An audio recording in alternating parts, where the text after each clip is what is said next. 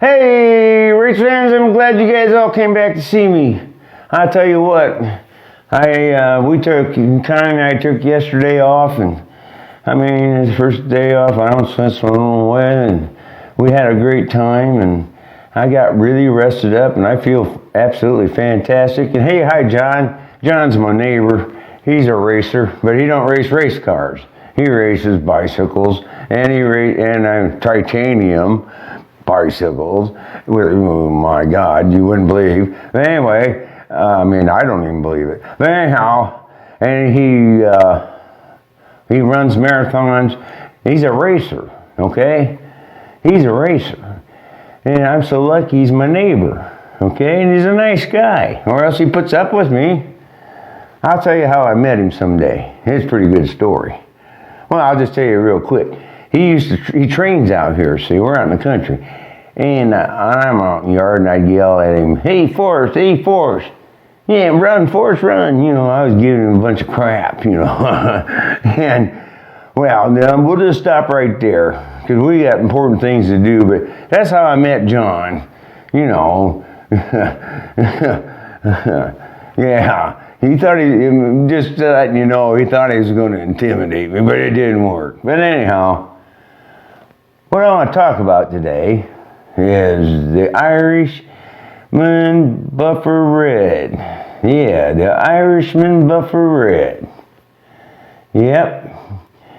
Well, back in 1953, his real name is Flatery. But anyway, Vukovic, I mean, he won back-to-back Indy 500s and everything, and he would have won the fourth one, but he got killed. But anyhow, you know, that's racing. And also, Vukovic was my dad's driver. And I'm telling you, Dad liked Vukovic. Oh, boy. He liked Vukovic, I'm telling you. And just checking something there. Oh, I'm a little loose, I know. And Bud's been on me, and my producers have been on me, and everything. Okay, I'm a little loose. But anyway, I was Dad's driver and everything. And Boogie gave him the name Buffer Red because in the 1953 Indy 500, due to exhaustion, he lost her in the short shoot, and he luckily got her up against the wall, which is great, and he just scraped down a long ways, and the side of his car was red, or there was a little red thing, and then this red, you know, paint on the wall, so Boogie called him Buffer Red. Yeah, that's what Boogie called him. And Boogie, and we're going to have a story about Boogie one of these days. I'm telling you, this guy's really good. But anyhow, he scraped down the wall, and that's, you know, 1953. And I wish I knew, but, well, I won't go there. But Boogie won three Indy 500s, and like I said, he was on the way to his fourth one, and he got killed. Anyhow, the thing is about these cars back then, these roadsters, they were not built for driver's comfort, okay? They were built for speed. They were built for speed. They could care less the driver comfort, because I'll tell you what, if you had a darn good roadster, and a good one that can win, you can just pick any driver you want to get in it. And if he gets in and says, well, gee whiz, you know, we'll get out. Well, there's another guy over here. That's the way it was. And anyway, old Flatery, he got all exhausted and tired and everything else. I mean, you know, and that's another thing about these roadsters. When they first, we're going back when the track was brick, okay? When they show up, you know, the first day, May 1st, and they take her out and hot lap her a little bit. There's so much vibration from that offie and from the bricks and from the suspension and everything else, the drivers couldn't see, okay? So you had to adjust, or you had to get out there and adjust to it so you could drive, so you could see. You would lose your vision, okay? And of course, you know, maybe 10 laps or 5 or whatever. And then all of a sudden, your body adjusted, and pretty soon, hey, they're driving. But these cars were for speed, and they didn't give a care about. Really, they didn't care about 1953. They didn't even care about safety. Really.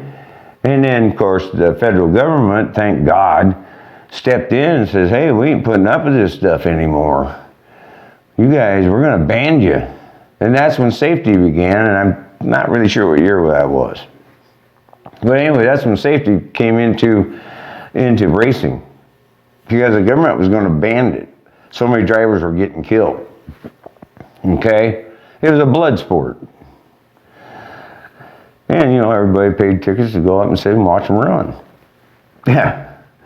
I guess maybe, but we're not that fan today. This fan today would have a fit. But the fans back then, it was racing. It's just racing. He chose to get in the car. He's the one that's going to get the big check, and he's the one that's going to get the glory. But anyhow, that's the way it was. And the car owners back then weren't like today. Today, you got Roger Penske, Ganassi, and all these guys in every series. It doesn't matter. I'm just talking Indy now, but in every series you got these car owners. But back then, they were millionaires or multimillionaires. They owned businesses or whatever, and this was their hobby. Instead of having a racehorse, they had a race car. Okay, and they enjoyed it, and it was a way for them to have some fun. And, competition and all that. I'm trying to think of a guy's name right now. Anyhow, we'll go on. So that's the way it was back then. It wasn't like this. And furthermore, sponsorship. Okay. Let's just say I own the race car. Okay. Now, you're my mechanic. You're the guy that does them. Okay.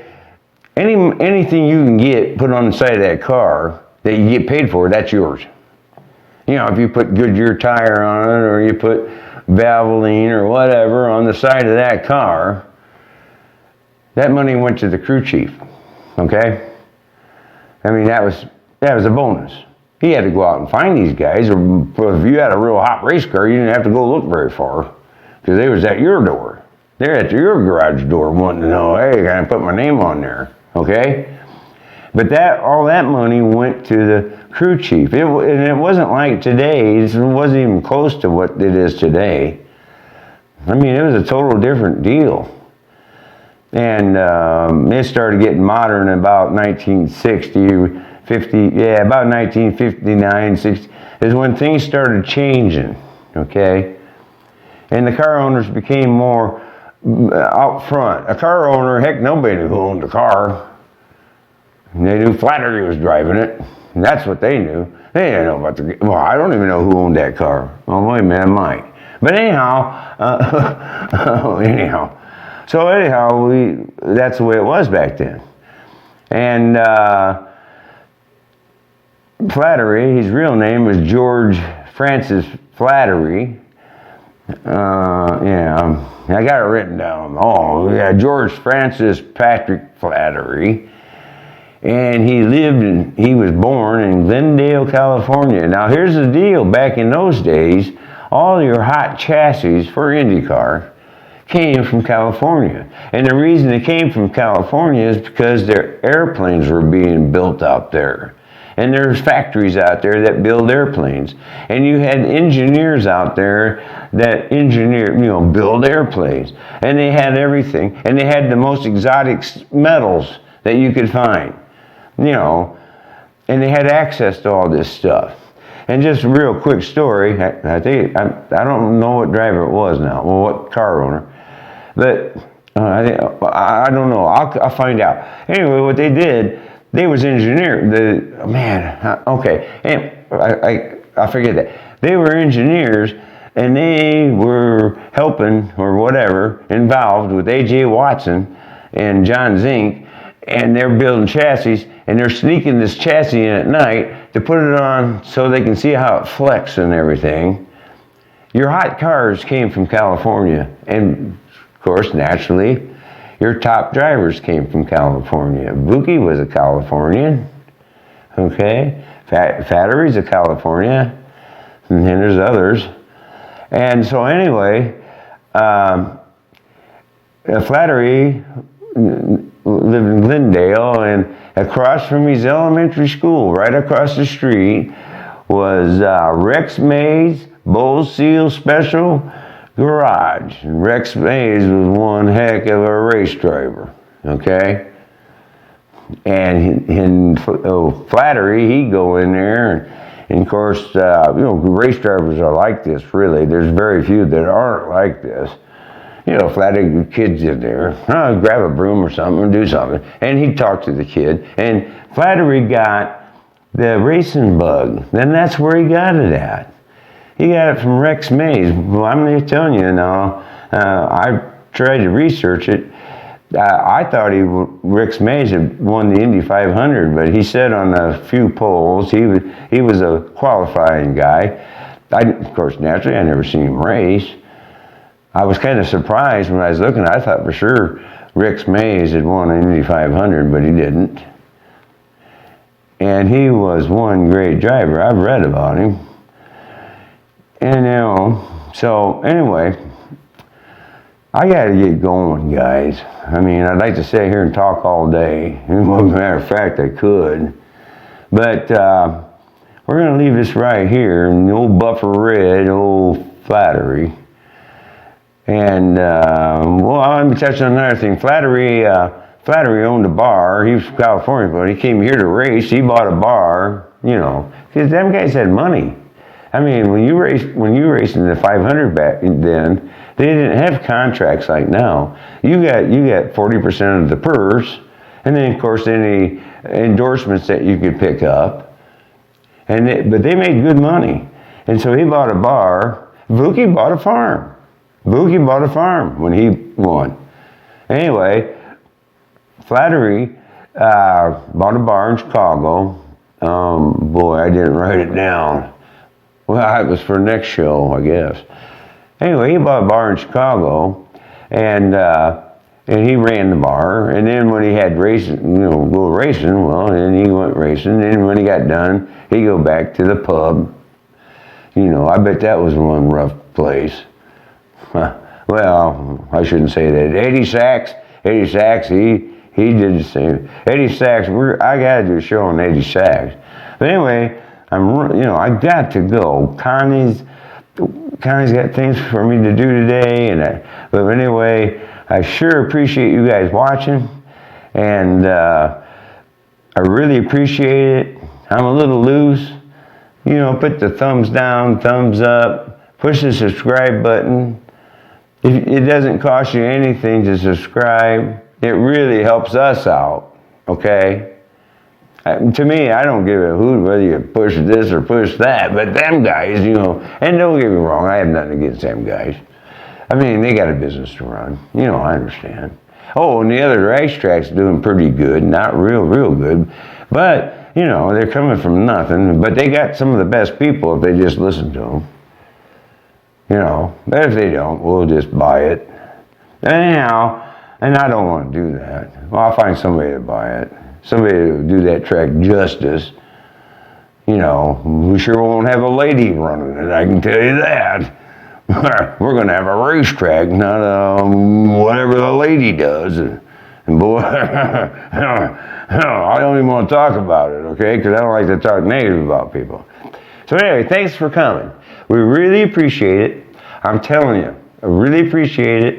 We're working hard. I mean, we are working hard. Yesterday was the first day I've taken off. I feel fantastic today. And we're going to get back to work and keep going. We're going to keep building this show for you. I want this show for you. And I appreciate all the comments and everything that I get. And I do read them, okay? I do read them. And then, okay, because I want this show for you. I can sit here and talk all day about racing. Anybody that knows me knows that. So thanks a lot, guys. I really appreciate all your support. And you just have a great day. And just remember one thing. when you're walking down the street, then you see somebody, say hi. Well, hey, have a nice day, whatever. And I'm going to the grocery store today. I'm taking my rowdy too. I'm taking 2 cans of rowdy for Danny, and Eric. They're the baggers. They're the most important. They're the most important thing in that place. I'm telling you, they run everything. Okay. And anyway, I'm going to take them 2 cans of rowdy, and I'm going to have a blast at the grocery store. Anyway, I gotta go. Thanks a lot, guys. We really appreciate it. We really, really do. And be looking forward to seeing you next time, okay?